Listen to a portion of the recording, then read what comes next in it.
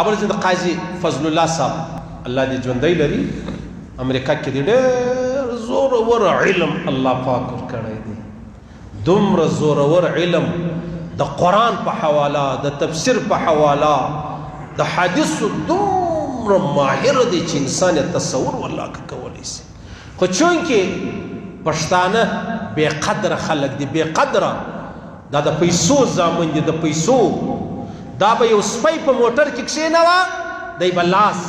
په نامه ورته ولاړې سلوټ ورته کوي یو سړی به پر موټرسایکلو پر سایکله تیر شي پرېږده ولته دا وګوره زه وګوره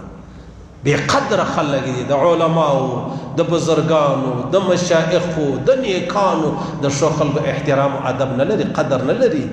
دا په دا ثوابۍ کې ژوند تیر کړی دی ډېر سینیټر هم تیر شوی دی جومات تخوا څخه نو ډېر پر های لیول باندې های لیول زه چې کله په موټر کې یوازې یم بیا د قرآن د تفسیر اورم په خدای قسم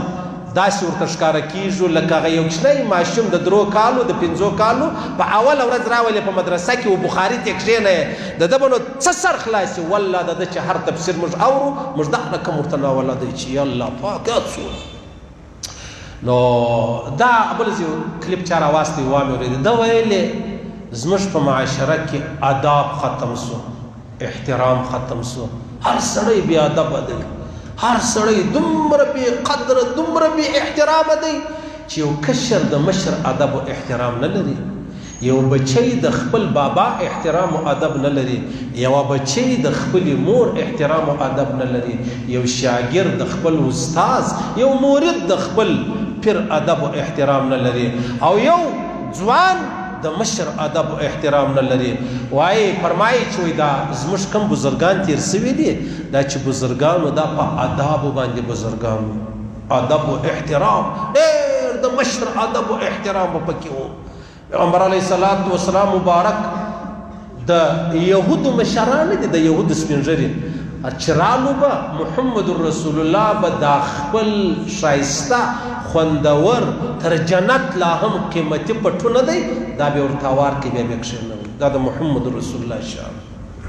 ادب و احترام حتی د کافرانو د مشرانو به هم ادب کوي دا موږ ته الله راښولی دی دا موږ ته رسول راښولی دی پاته د جهاد خبره ده چې ځای یې رالی هلته به بیا مجلس سره کوو په عام مجلسو کې نه پښتانه بد خلک دي ډېر بد خلک دي د شیګانو روپۍ اخیستې بیا یې په پور جنې اخیستې په یو دوکه یې جنې اخیستې بیا راشي د ملا څخه پوښتنه وکړي چې وایي ما د شیګانو څه روپۍ اخیستې دي نو دا خو ډېر د صحابو دشمنان دي دا پیسې څه بس زه نه ورکوم ولې نه ورکوې ول دوی د صحابو دشمنان دي الله چې دی د صحابو په دشمنی کافر کیږي نو ته خو د الله او د رسول دشمن یې الله او رسول دوکه منع کړې ده نو ته خو په الله او رسول باندې کافر سوی ولې ظالمه چا د قادیانیانو پیسې وړي دي چا د یهودو وړي دي چا د نصارا وړي دي از موږ هغه کروڑپتیانو اربپتیان نه دي ډېر روپۍ چې پیدا کې بار ملکونه به ولاړو د کافرانو سبب مالونه را لوټ کړو عدلې به رالو بیا به اعلان و غږ مه وکړه ولا حاجي صاحب مړ سو الله دې وبخښي هغه سړی به د لې پسې رالی و بیا بیا هلته قبر ته ودرېدل دغه حاجي صاحب دی مړ سو ولا قریبان هم نه لري عزیزان کافر باریان سو چې زه خدایه دا د خلکو دا رقم ډېرې کړي ولې دروغزنان دوکهبازان د دوکهبازانو زامن چل ول دوکه فراډ دا په هر پښتون په دې کې نمبر 1 دی هر پښتون نو پیغمبر علیه السلام مبارک په ډېر احترام والا ادب والا د یهودو مشرانو ته قاضي صاحب فرمایي دغه میډیا زموږ له مابین څخه ادب وایستی یو معمولی شخص به هغه به یو ډېر باعزته سړی حاجی به یې مشر به یې ملک به یې خان به یې مفتی به یې شیخ به یې الله استی به یې دلته د یوې روپۍ سړی به د یو عرب روپۍ سړي بې احترامي و بې ادبي کوي بس پخوا خو موږ د بي بي سي په انتظار و چې ماښام به بي بي سي واورو اوس هر سړی هغه د بي بي سي نماینده دی اول دی خبر شعري خبر بیا نو که چاته ښکنځا کوي که بې ادبي کوي بریلویان د دیوبندیان د سلفیان د بریلویان بس نو پسې راځلو بیا ادبۍ دي ظالمانو ځوانانو خدای مې تباه که دا مې کومه دنده شروع کړې ده د منیر شاکر سړی واخله د منیر شاکر لاره په مخه واخله بې ادبي او بې احترامي د چا مه کوه دیوبندۍ د دیوبندیت پر لار روان یې واخه د دیوبندیت لاره په مخه واخه هېڅ حق نه لرې چې شیعت ته و بریلوي ته و سلفي ته و هېڅ حق هېڅوک نه لري شکنځا کوي بېادبي کوي ګستاخي کوي بې احترامي کوي هېڅ چاته دا حق نشته ما ته دا حق نشته چې د سلفیانو ما ته دا حق نشته چې د بریلویانو ما ته دا حق نشته چې د اشاعت والا ما ته دا حق نشته چې زه راولاړ سمه د چا ګستاخي او بېادبي وکړم دا ما ته الله او رسول راښوولي دي ما ته صحابه او خپلو بزرګانو راښوولي دي نو چې ما ته دا امر دی واغو ته هم د هغه امر دی پاته زموږ ځوانان بې عقلان بې وقوفه دی و دې ته دیوبندیت وایي چې جهان ته ښکنځاوې کوه دی و دې ته سلفیت وایي چې و مقلدینو ته ښکنځا کوه دی و دې ته بریلیت وایي چې وروره سلفیان نه دا خبره نه ده ادب او احترام پر خپل ځای دی د هر چا ادب به کوو والله خو به د سلفیانو د علماو ادب او احترام کوم راغلي په فاتحه کې رالو الله دې ژوندي لري والله خو به د بریلویانو د علماو د غومره احترام کوم لکه د خپلو علماو ولې بیا نه کوم ما ته بېادبي چا راښول بېادبي خو د شیطان کار دی ادب د محمد رسول الله کار دی موږ به دې ته خپل نومونه ورکړي دي هر سړی دې د خپلې خولې ته لګام ور واچوي ځوانانو بله خوا ته به ځئ نه به دعوت والا دا کار کوي نه به جماعت والا دا کار کوي نه به زموږ د دیوبند مسلک والا دا کار کوي نه به سلفیانو غیر مقلدین و اهل حدیث نه بریلویان هر سړی پر خپل لار روان دی وروره په دا بازار کې زموږ د هر چا سره لګېږي نه مې لګېږي بس روان یم د خپل کار کوي زه خپل کار کوم پیغمبر علیه السلام مبارک به د یهودو د مشرانو ادب او احترام کوي یو ورځ پیغمبر علیه مبارک به دا ژره مبارکه کې یو تنکه خاشه وه یو یهودي راغلی و د پیغمبر علیه مبارک د ژرې مبارکه سې هغه تنکه وایستله هغه خاشه یې لرې کړله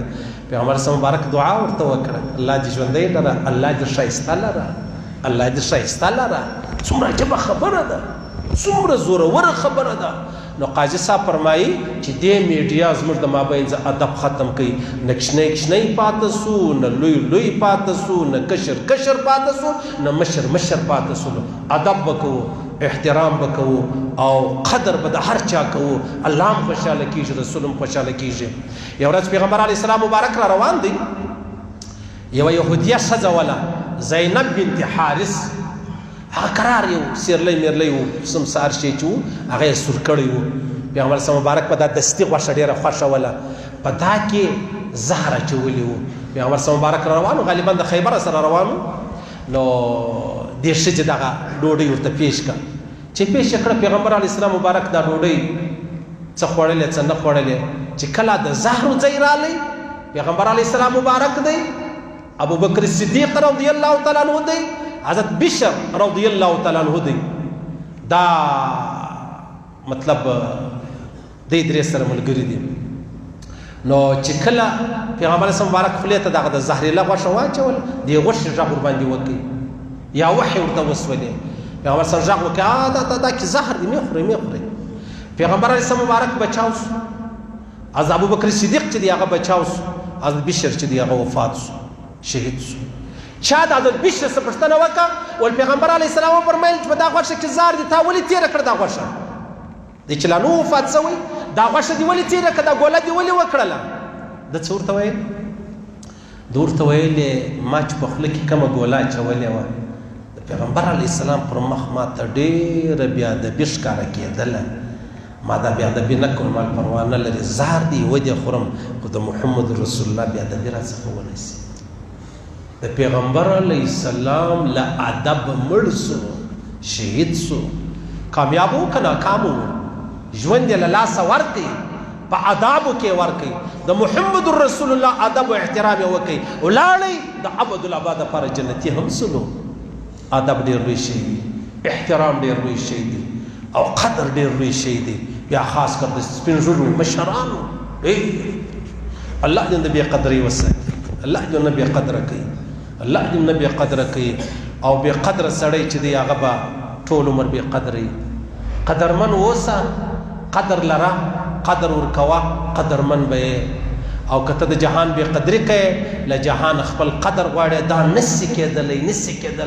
ته چې دا لاړې بیا د بې ماپ لوړې تکې بېرته به پر تا باندې نشلي بېرته به ستا و مخ ته رارسېږي نو صحابو ډېر ادب کوئ الله اکبر حضرت عثمان فرمائے رضی اللہ تعالیٰ عنہ حضرت عثمان بن عفان وی چې ما کله د محمد رسول الله پر لاس بیعت کړی دي زه مسلمان شوم تقریبا 15 کاله څه پورته کښته به خامخایي ما بیعت کړی پیغمبر صلی الله لاس ما ایمان راوړی د هغې ورځ زما دا رسته لاس بیا د ډېره ما خپلې شرمګاه نه دی وړی ما دا رسته لاس شرمګاه ته نه دی وړی ولې دا د محمد رسول الله مبارک سره دا لاس لګېدلی کامیاب و که ناکام و دومره ادب دومره احترام مېلمانه به رالو دا صحابه کرام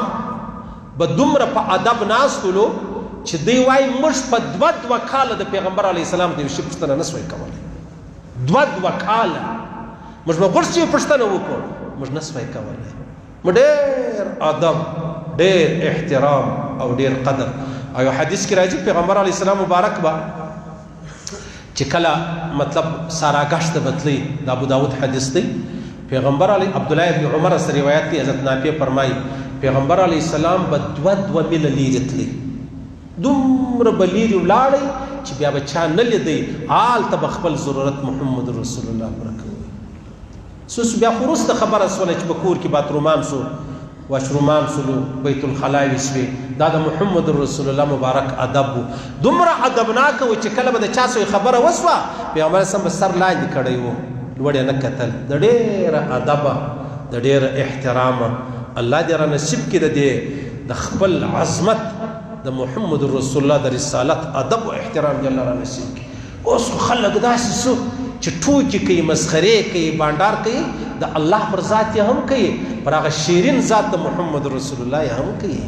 پر شیرین په قبر کې د نکیر و منکر هم کوي او د جنت هم کوي د پل صراط هم کوي الله اکبر او د بی ادب سړي سبا الله پاک ایمان اخلي دا یقیني خبره ده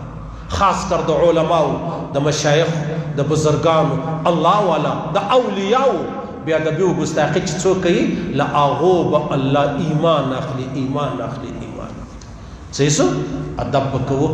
احترام به کوو او قدر به کوو دا خبره ډېره یقیني خبره وه ضروري خبره وه دا مې درته وکړم